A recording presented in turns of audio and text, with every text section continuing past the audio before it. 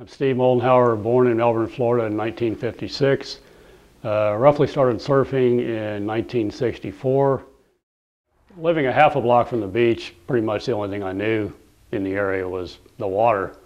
Parents used to take me to the beach all the time and we'd float around, and once we caught on that you can buy these foam boards from 7-Eleven, we started riding those and it just progressed from then on.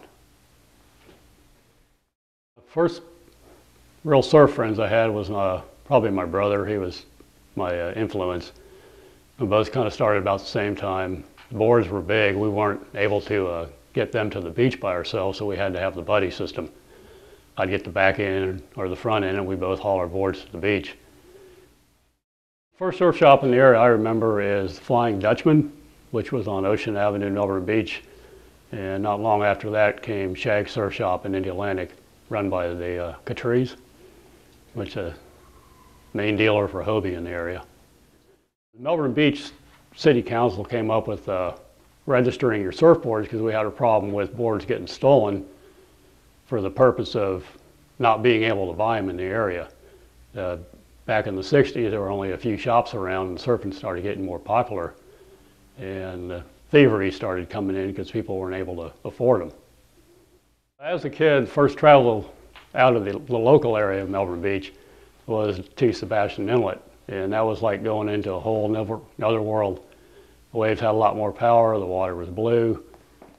First trip I went on to out of the country was to Abaco in the Bahamas to Elbow Key.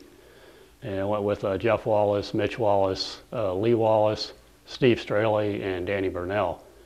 We went there in December of 1979 through New Year's of the following year. And waves got really good. Pretty much had it to ourselves. There was a handful of people on the island, but basically just us. We were the crowd.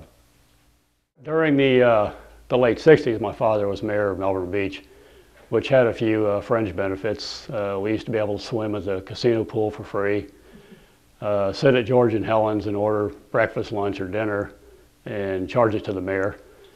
Other things that happened, we'd be surfing at the end of our street and fishermen would come down and they didn't like us surfing, so they told us to leave. And they called the cops. Well, the cops show up and see that it's the mayor's son, and they tell the fishermen to get packing.